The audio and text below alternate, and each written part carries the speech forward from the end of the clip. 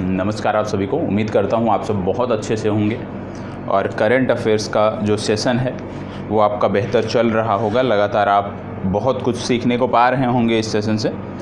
आज भी इस सेशन में आपके लिए जो प्रश्नों की संख्या है, यदि हम प्रश्नों की संख्या की बात करें तो लगभग 10 से 12 प्रश्न हैं, लेकिन इन 10 से 12 प्रश्नों के माध्यम से आप बहुत कुछ सीखने को पाएंगे। विशेष रूप से आपको बता दूं, रिवीजन सीरीज है और रिवीजन सीरीज में ज़्यादातर जो प्रश्न हैं वो जनवरी माह के हैं। जनवरी माह से चीज़ों को अभी हम कवर कर रहे हैं। जनवरी से इधर का एक बार कवर हो जाए, इसके बाद फिर हम आगे बढ़ेंगे। इसमें कुछ प्रश्न ऐसे थे जिनका हमने पिछले सेशन में जिक्र किया था, उसी के आगे हमें बढ़ना है, तो इसीलिए ये जो प्रश्नों की जो संख्या है इसको मैं आगे कर रहा हूँ, जिससे हम अपने लक्ष्य तक पहुंच सकें कि कहां से हमें शुरुआत करनी है। यहां से हमें शुरुआत करनी थी। चले, प्रश्न आज का पहला है, भारत सरकार द्वारा कितने प्रधानमंत्री जन औषधि केंद्र खोलने का लक्ष्य रखा गया है? भारत सरकार द्वारा कितने प्रधानमंत्री जन औषधि केंद्र खोलने का लक्ष्य रखा गया है, आपको बताना है। प्रधानमंत्री जन औषधि केंद्र की बात हो रही है, बहुत ही महत्वपूर्ण प्रश्न है, इसका जिक्र इसीलिए यहाँ पर किया गया है। आपको बताना है कि भारत सरकार द्वारा कितने प्रधानमंत्री जन औषधि केंद्र खोलने का लक्ष्य रखा गया है। चलिए बताइएगा, जवाब दीजिएगा, फास्ट जवाब दीजिएगा। देखो, यहाँ पे बात हो रही है प्रधानमंत्री जन औषधि केंद्र की। सबसे पहले हमें ये जानना जरूरी है कि प्रधानमंत्री जन औषधि केंद्र की जब हम बात करते हैं तो कौन सा ऐसा मंत्रालय है, भारत सरकार का ऐसा कौन सा मंत्रालय है जिसके द्वारा ये औषधि केंद्र खोले जाते हैं। तो यहाँ पे याद रखिएगा, रसायन एवं उर्वरक मंत्रालय, ठीक है, रसायन एवं उर्वरक मंत्रालय, ठीक है, रसायन एवं उर्वरक मंत्रालय द्वारा जो है ये संचालित की जाती है, ये योजना संचालित की जाती है, ये मुहिम संचालित की जाती है और इसके अंतर्गत 10,500, याद रखिएगा, 10,500 केंद्र खोले जाने का लक्ष्य रखा गया है। और अभी तक यदि हम बात करें तो लगभग 9,000 केंद्र अभी तक खोले जा चुके हैं। तो ये दोनों पता होना चाहिए कि अभी तक कितने खोले जा चुके हैं और आगामी जो लक्ष्य है वो कितना है। इसके माध्यम से होता क्या है, इसके माध्यम से सस्ती दवाएं आम आदमी को उपलब्ध कराई जाती हैं। ठीक है, आगे बढ़ते हैं। G20 समिट का आयोजन वर्ष 2024 में कहाँ किया जाएगा? 2024 का जो G20 समिट है उसका आयोजन कहाँ पर किया जाएगा, ये आपसे पूछा जा रहा है। 4 यहाँ पे देशों के नाम दिए हैं, ब्राज़ील, दक्षिण अफ्रीका, रूस और चीन। इनमें से आपको सही जवाब बताना है। यहाँ पे आपको बता दें, ये जो देश है, सबसे पहली बात, ये दक्षिण अमेरिका कॉन्टिनेंट का देश है, दक्षिण अमेरिका महादेश का ये देश है, ये आपको पता होना चाहिए। और जब हम दक्षिण अमेरिका की बात करते हैं तो आपको लेख टिटिकाका आपको याद आना चाहिए, क्योंकि कई बार पूछा जाता है कि टिटिकाका लेख कहाँ पर देखने को मिलती है। तो जो लेख टिटिकाका है ये आपको दक्षिण अमेरिका में देखने को मिलती है। कहाँ पे देखने को मिलती है? तो पेरू और बोलीविया की सीमा पर। कहाँ पर? पेरू और बोलीविया की सीमा पर ये लेख आपको देखने को मिलती है, जिसका नाम है लेख टिटिकाका। दक्षिण अमेरिका से इसका संबंध है, ये जानकारी आपको होनी चाहिए। इसके साथ साथ यहाँ पे मैं आपको बता दूं, जैसे हमने बोला कि इसका संबंध दक्षिण अमेरिका से है, इन चारों विकल्पों में यदि देखें तो एक ही मात्र ऐसा देश है जिसका संबंध दक्षिण अमेरिका से है, वो देश आपका है ब्राज़ील। मतलब इस प्रश्न का सही उत्तर हो गया ब्राज़ील। और यहाँ पे दक्षिण अफ्रीका भी दिया हुआ है। तो आपको बता दूं, एक रेस आयोजित की जानी है जिसको बोलते हैं 50वीं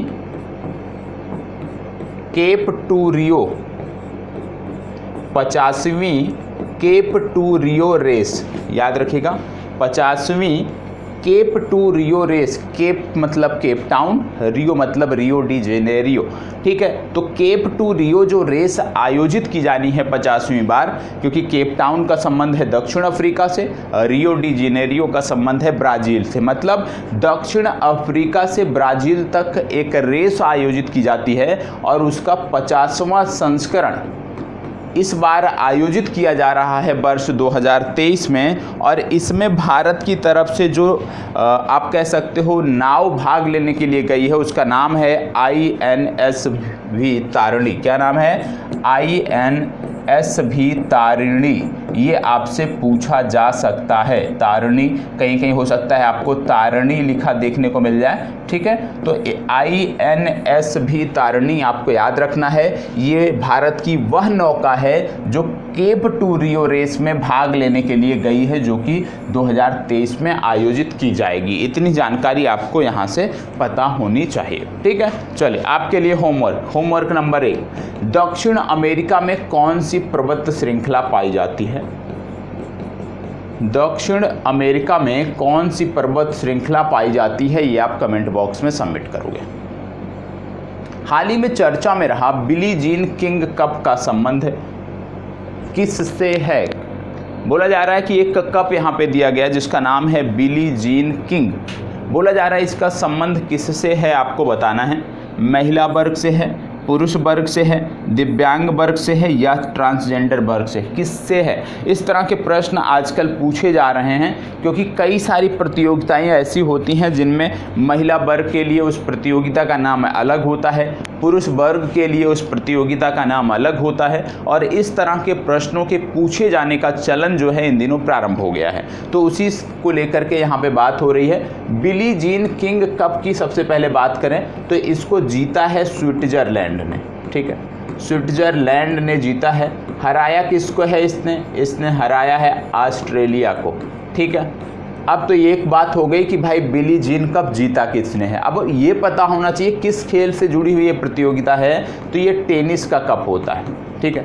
टेनिस का कप होता है बिली जीन कप। और आपको बता दें ये जो बिली जीन किंग कप है ये महिला वर्ग से जुड़ा है। मतलब टेनिस की वह प्रतियोगिता जिसको आप कह सकते हो बिली जीन कप के नाम से जाना जाता है, उसको स्विट्जरलैंड ने ऑस्ट्रेलिया को हराकर जीता। इसी समय पुरुषों के लिए जो प्रतियोगिता आयोजित की जाती है उसका क्या नाम है, आपको पिछले दिनों मैंने बताया था। उसका नाम है डेविस कप। क्या नाम है? Davis cup. Davis cup. और मैंने आपको बताया था कि डेविस कप को कनाडा ने पहली बार जीता है, और कनाडा ने हराया किसको? कनाडा ने भी ऑस्ट्रेलिया को हराया। तो ये जो टूर्नामेंट है, पुरुषों का जो टूर्नामेंट होता है उसको बोलते हैं डेविस कप, महिलाओं का जो टूर्नामेंट होता है उसको बोलते हैं बिली जीन किंग कप। ये दोनों नाम आपको याद रखने हैं, इनकी दोनों एक ही टूर्नामेंट है, बस कैटेगरी अलग है, एक पुरुषों के लिए है, एक महिलाओं के लिए है, ठीक है। चलिए आगे बढ़ते हैं। इंटरनेशनल डेयरी फेडरेशन का हेडक्वार्टर किस देश में है? चलिए बताइएगा। इंटरनेशनल डेयरी फेडरेशन का हेडक्वार्टर कहाँ पर आपको देखने को मिलेगा? इंटरनेशनल डेयरी फेडरेशन का हेडक्वार्टर कहाँ पर आपको देखने को मिलेगा, ये आपको जवाब देना है। चलिए बताइएगा। इंटरनेशनल डेयरी फेडरेशन, फास्ट जवाब। आपको पता होगा कि वर्ष 2023 में वर्ल्ड डेयरी समिट भी आयोजित होने वाली है। और वर्ल्ड डेयरी समिट की यदि मैं बात करूं तो इसका आयोजन शिकागो में किया जाएगा। सबसे पहली बात, वर्ल्ड डेयरी समिट 2023 का आयोजन कहाँ किया जाएगा? शिकागो में किया जाएगा। लेकिन यहाँ पे बात हो रही है इंटरनेशनल डेयरी फेडरेशन का हेडक्वार्टर कहाँ पे है, तो आपको बता दें ब्रुसेल्स में है, ठीक है। ब्रुसेल्स में है। और ब्रुसेल्स की यदि हम बात करें तो आप जानते होंगे बेल्जियम की राजधानी है ये, ठीक है। बेल्जियम की राजधानी है ये आपको पता होना चाहिए। बेल्जियम की राजधानी है, ये आपको पता होना चाहिए, ठीक है। चलिए, तो इसका सही उत्तर है सी विकल्प, बेल्जियम। हाल ही में किस देश ने लंपी डिजीज के लिए एक टीका विकसित किया है? बताइएगा। लंपी डिजीज के लिए एक टीका किसने विकसित किया है? इसका नाम क्या है? लंपी प्रोबैक इंड। लंपी प्रोबैक इंड, इस टीके का नाम है लंपी प्रोबैक इंड। आप जानते हैं कि जब लंपी डिजीज की बात करते हैं, त्वचा से संबंधित एक रोग था जानवरों में, और त्वचा में गांठें बन जाती थीं और फिर धीरे धीरे जो इससे संबंधित, जो इससे पीड़ित पशु होते थे उनकी मृत्यु हो जाती थी। और लाखों की संख्या में भारत में यदि मैं बात करूं तो गायों की मृत्यु इस रोग से हुई है। चाहे वो राजस्थान की बात कर लो, चाहे वो गुजरात की बात कर लो, चाहे आप मध्य प्रदेश की बात कर लो, चाहे उत्तर प्रदेश की बात कर लो, लेकिन सबसे ज़्यादा जो कहर इसने ढाया इस बीमारी ने, वो विशेष रूप से गुजरात में ढाया। तो लंपी डिजीज उस समय यदि हम चले जाए 4 से 5 महीने पहले तो एक भयानक रोग हुआ करता था और सड़कों पर भी इस तरह के जो जानवर मवेशी घूमते रहते हैं आवारा, उनमें भी ये रोग देखने को मिलता था। तो उसको लेकर के एक टीका बनाया गया जिसका नाम है लंपी प्रोबैक इंड। आपसे पूछा जा रहा है कि ये जो लंपी प्रोबैक इंड है इसको बनाया किसने है, इस टीके को बनाया किसने है? चलिए बताइएगा, किसने बनाया है, किस देश ने बनाया है? देखो याद रखिएगा, पूर्व में भी बताया है मैंने, इसको फिर से बता रहा हूँ। इसको बनाया है भारत ने। भारत में एक संस्था है जिसको बोलते हैं ICAR, ठीक है। इसके अंतर्गत आने वाली 2 प्रमुख संस्थाओं ने बनाया है, नोट कर लीजिएगा। पहला, भारतीय अश्व अनुसंधान संस्थान या राष्ट्रीय अश्व अनुसंधान संस्थान, और राष्ट्रीय अश्व अनुसंधान संस्थान जो है ये हिसार हरियाणा में आपको देखने को मिलता है। और दूसरा जो संस्थान है वो बरेली इज्जत नगर का है, उसको नोट कर लीजिए, भारतीय पशु चिकित्सा अनुसंधान संस्थान, भारतीय पशु चिकित्सा अनुसंधान संस्थान बरेली, और भारतीय अश्व अनुसंधान या राष्ट्रीय अश्व अनुसंधान संस्थान हिसार। इन दोनों लोगों ने मिलकर, इन दोनों संस्थाओं ने मिलकर इस टीके को विकसित किया है। यहाँ पे हम अभी पिछले प्रश्न में हमने बात किया था डेयरी समिट के बारे में, तो उससे जुड़ा कुछ फैक्ट बता देते हैं।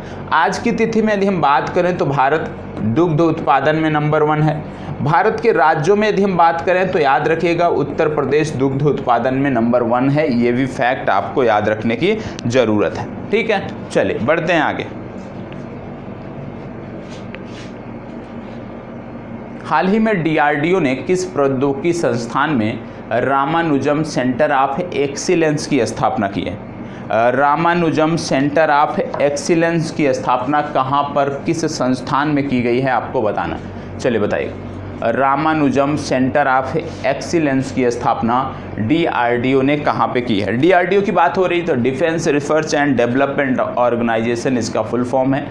Strength origin is in science या बलस्य मूलम विज्ञानम इनका आदर्श वाक्य है। इनका हेडक्वार्टर आपको नई दिल्ली में देखने को मिलता है। 1958 में इनकी स्थापना हुई थी, ठीक है। यहाँ पे यदि मैं बात करूँ कि रामानुजम सेंटर ऑफ एक्सीलेंस कहाँ पे खोला गया है तो ये IIT मद्रास में खोला गया है, ठीक है। चलिए ये प्रश्न अच्छा है। हाल ही में चर्चा में रहा श्री सम्मेद शिखर जी का संबंध किस राज्य से है? बताइए, सम्मेद शिखर का संबंध किस राज्य से है? सबसे पहले तो आपको ये पता होना चाहिए, ऐसे भी प्रश्न पूछा जा सकता है कि ये जो सम्मेद शिखर है इसका संबंध किस धर्म से है? तो याद रखिएगा इसका संबंध जैन धर्म से है। और जैन धर्म में ये बहुत पवित्र स्थान है। क्यों? क्योंकि जैन धर्म के जो 24 तीर्थंकर हुए, आप जानते हैं जैन धर्म में 24 तीर्थंकर, महावीर स्वामी 24वें थे।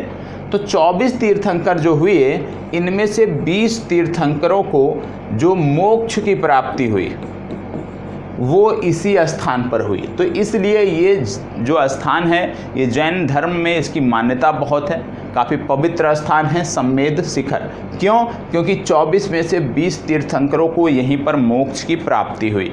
अब आपसे बोला जा रहा है कि इसका संबंध किस राज्य से है। आपको बता दें कि इसका जो संबंध है ये है झारखंड राज्य से। और इन दिनों चर्चा में क्यों है? क्योंकि जो जैन धर्म के अनुयायी हैं, झारखंड सरकार इसको क्या कर रही है, इसको पर्यटन स्थल के रूप में विकसित करना चाहती है। इसको पर्यटन स्थल के रूप में विकसित करना चाहती है, लेकिन इनका तर्क है कि इसको पर्यटन स्थल के रूप में ना विकसित किया जाए, नहीं तो जो इसकी पवित्रता है वो प्रभावित होगी, क्योंकि आप जानते हैं जैन धर्म में मांस वर्जित है और अन्य चीज़ बहुत सारी ऐसी चीज़ें हैं जो वर्जित हैं। लेकिन यदि पर्यटन स्थल के रूप में इसको विकसित किया जाएगा तो ऐसे लोग भी आएंगे जो जैन धर्म के मान्यताओं को नहीं मानते होंगे, उनका उल्लंघन करते होंगे। तो कहीं ना कहीं इसी को लेकर के जैन धर्म के जो अनुयायी हैं वो विरोध कर रहे हैं। और आपको बता दें यहाँ पर संथाल ट्राइब्स के लोग भी रहते हैं, ठीक है, संथाल ट्राइब्स के जो लोग हैं वो भी बड़ी संख्या में यहाँ पर रहते हैं। तो इसका सही उत्तर है बी विकल्प, झारखंड। पिछले दिनों भारतीय राष्ट्रपति द्वारा किस राज्य में संविधान उद्यान की स्थापना की गई? संविधान उद्यान की स्थापना कहाँ पर की गई है आपको बताना है। आपको पता होगा, यदि याद हो आपको, पिछले दिनों भारतीय राष्ट्रपति जो हैं ये राजस्थान के दौरे पर गई थी, और जब ये राजस्थान के दौरे पर गई थी तो ये जयपुर भी गई थी। और जयपुर में जब मैं बात करूं जयपुर में, तो जयपुर में ही इन्होंने इसका उद्घाटन किया था, ये आपको पता होना चाहिए। इसके साथ साथ यहाँ पे बीकानेर सौर ऊर्जा परियोजना 1000 मेगावाट की बीकानेर सौर ऊर्जा परियोजना, बीकानेर सौर ऊर्जा परियोजना का शुभारंभ भी भारतीय राष्ट्रपति द्वारा किया गया था।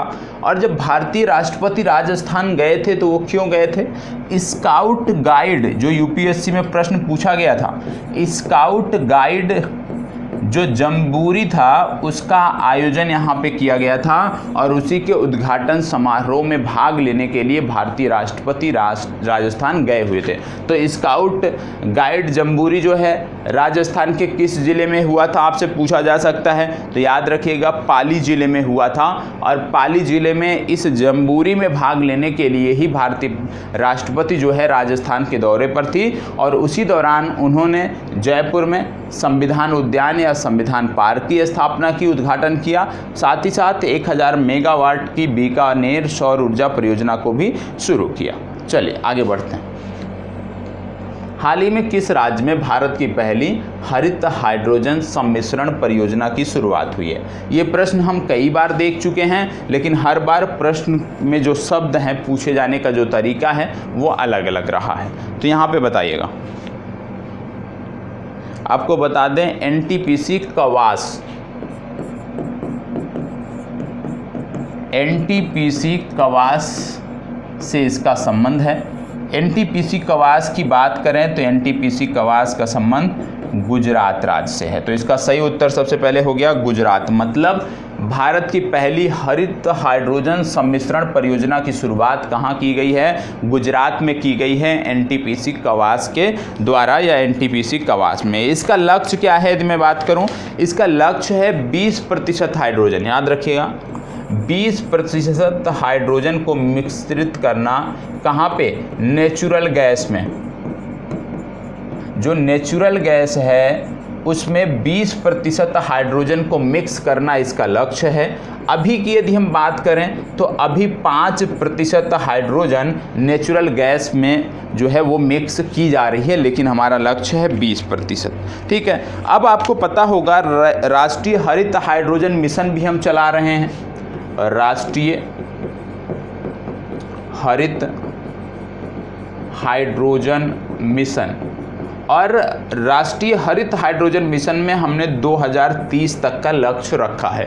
अब राष्ट्रीय हरित हाइड्रोजन मिशन की जब हम बात करते हैं तो यहाँ पे क्या लक्ष्य रखा गया है? यहाँ पे याद रखिएगा 5 MMT, 5 million metric ton, 5 MMT प्रति वर्ष हाइड्रोजन का उत्पादन करना लक्ष्य रखा गया है, ये आपको पता होना चाहिए। और इसके सपोर्ट के लिए एक प्रोग्राम भी चलाया जा रहा है जिसका नाम है साइट, SIGHT। इस लक्ष्य को पाने के लिए जो हम प्रयास कर रहे हैं उसमें सपोर्ट के लिए एक प्रोग्राम भी चलाया जा रहा है जिसका नाम है साइट, यह भी आपको पता होना चाहिए। इसमें क्या क्या चीज़ें हैं? सबसे पहली बात कि जो राष्ट्रीय हरित हाइड्रोजन हमारी परियोजना है या जो योजना है आप कह लीजिए, या जो मिशन है, उसमें 2030 तक प्रति वर्ष 5 मिलियन मीट्रिक टन हाइड्रोजन के उत्पादन का लक्ष्य है। इसमें निवेश हम कितना कर रहे हैं, तो इसमें निवेश कर रहे हैं 8 लाख करोड़। ठीक है, 8 लाख करोड़ रुपए निवेश किए जा रहे हैं, ये आपको पता होना चाहिए।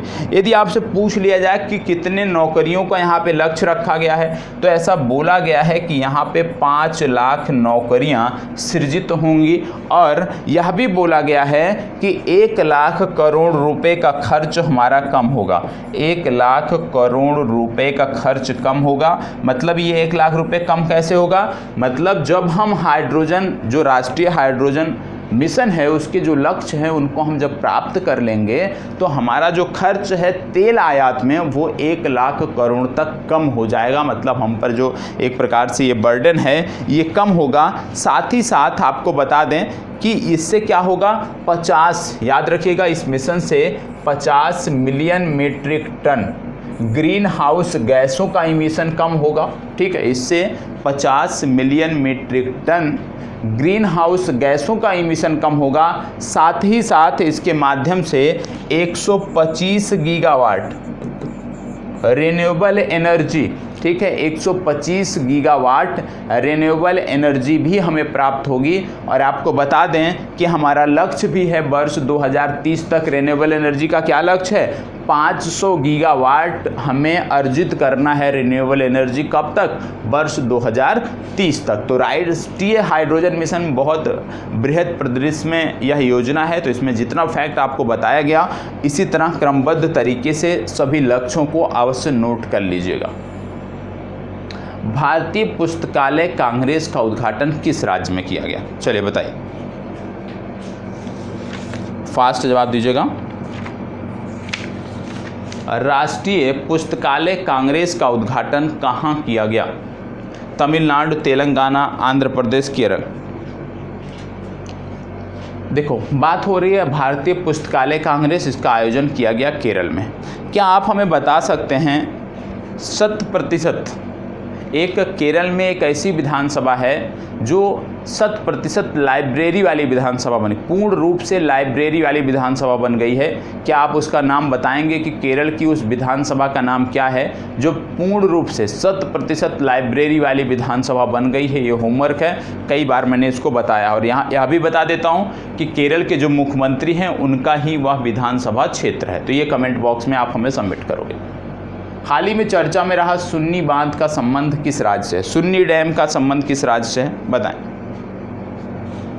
पूछा जा सकता है, क्योंकि पूछा जा सकता है, कई सारे आप कह सकते हो इसके लक्ष्य हैं, इसलिए पूछा जा सकता है। देखो, ये राज्य जो है इन दिनों बाढ़ की चपेट में, भूस्खलन की चपेट में है, और ये राज्य है आपका हिमाचल प्रदेश। सुन्नी डैम जो है ये सतलुज नदी पर हिमाचल प्रदेश में बन रहा है। इस पे बताइएगा, इस प्रश्न की चर्चा करते हैं। जल पर पहला अखिल भारतीय वार्षिक राज्य मंत्रियों का सम्मेलन किस राज्य में आयोजित किया गया? जल पर पहला अखिल भारतीय वार्षिक राज्य मंत्रियों का सम्मेलन किस शहर में आयोजित किया गया, आपको बताना है। नई दिल्ली, जयपुर, भोपाल, हिसार, इनमें से कौन सा सही है आपको बताना है। चलिए, आप जानते हैं इसका जो थीम था, थीम आप नोट कर सकते हैं, वाटर विजन @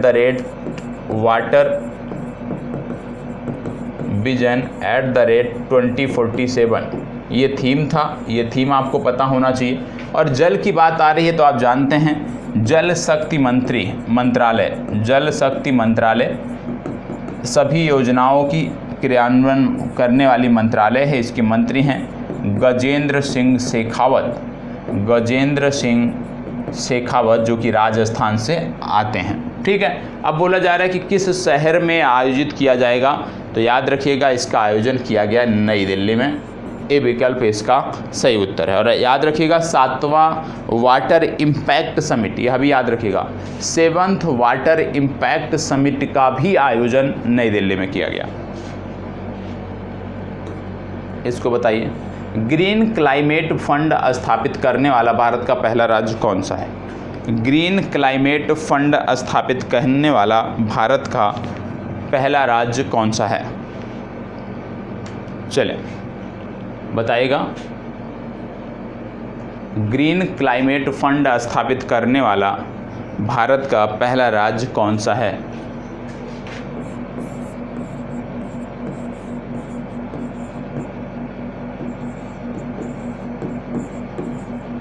याद रखिएगा ये राज्य आपका है तमिलनाडु। यहाँ पर एक मिशन का हमने नाम रखा है पुशान अल्फ़ा, ठीक है। पुशान अल्फ़ा नामक एक मिशन था जो छोड़ा गया था, आप कह लीजिए सैटेलाइट था जो लॉन्च किया गया था भारत की एक कंपनी द्वारा जिसका नाम है दिगंतारा। कई बार मैंने इसके लिए बताया है, ठीक है। दिगंतारा द्वारा पुशान अल्फ़ा नामक एक मिशन छोड़ा गया था अंतरिक्ष में। आपको बताना है, ये आपका होमवर्क है, आपको बताना है ये जो मिशन है ये किस कंपनी के रॉकेट द्वारा लॉन्च किया गया, साथ ही साथ उस रॉकेट का नाम क्या है, ठीक है। किस कंपनी के रॉकेट द्वारा लॉन्च किया गया और उस रॉकेट का नाम क्या है जो 2023 में लॉन्च हुआ है, ठीक है। क्योंकि इससे पहले यदि आप जाओगे तो इन्होंने एक मिशन और छोड़ा था जिसका नाम था रूबी, और ये जो मिशन था ये PSLV सैटेलाइट के द्वारा, PSLV हमारा जो सैटेलाइट है उसके द्वारा छोड़ा गया था, और ये C-53 मिशन था।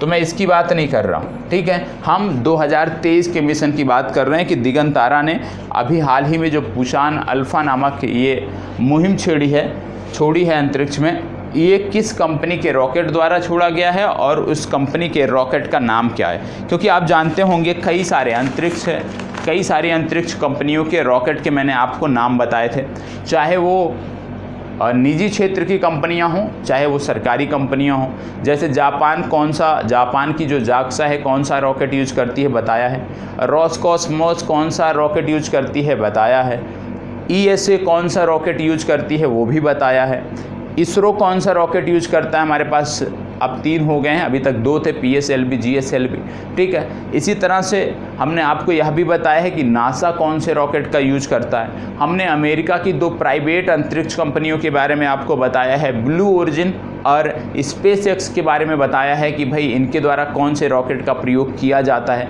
और आज के दिन में, आज की तिथि में, अभी वर्तमान समय में सबसे ज़्यादा जो अंतरिक्ष में रॉकेट जो सैटेलाइट छोड़ी जा रही हैं उसमें जिस कंपनी के रॉकेट का प्रयोग हो रहा है वो है SpaceX के अभी जो इनकी रॉकेट की श्रेणी चल रही है उसको बोलते हैं फॉल्कन 9, ज़्यादातर फॉल्कन 9 का प्रयोग हो रहा है। तो आपको बताना है कि इस संबंधित दिगंतारा के इस मिशन में कौन से रॉकेट का प्रयोग किया गया और वो रॉकेट किस कंपनी का था। ये आपका होमवर्क है, ईमानदारी के साथ इसको आप सबमिट करिएगा। मिलते हैं करंट अफेयर्स के अगले सेशन में, तब तक इसी प्रकार बने रहें, रिवीजन करते रहें, क्योंकि जितना रिवीजन करेंगे उतनी चीज़ें आपकी बेहतर होंगी। बिना रिवीजन के कुछ भी यहाँ पर नहीं मिलने वाला, आउटपुट आपका शून्य रहेगा। रिवीजन करेंगे तभी बेहतर चीज़ें हो पाएंगी, तभी बेहतर डेवलपमेंट इस दिशा में हो पाएगा, ठीक है। चलिए मिलते हैं कल के सेशन में, तब तक इसी प्रकार बने रहें, रिवीजन अवश्य कर लीजिएगा और प्रॉपर जो नोट्स बनाने का तरीका बताया गया है उस आधार पर नोट्स भी आपके बनने चाहिए, ठीक है। चलिए धन्यवाद।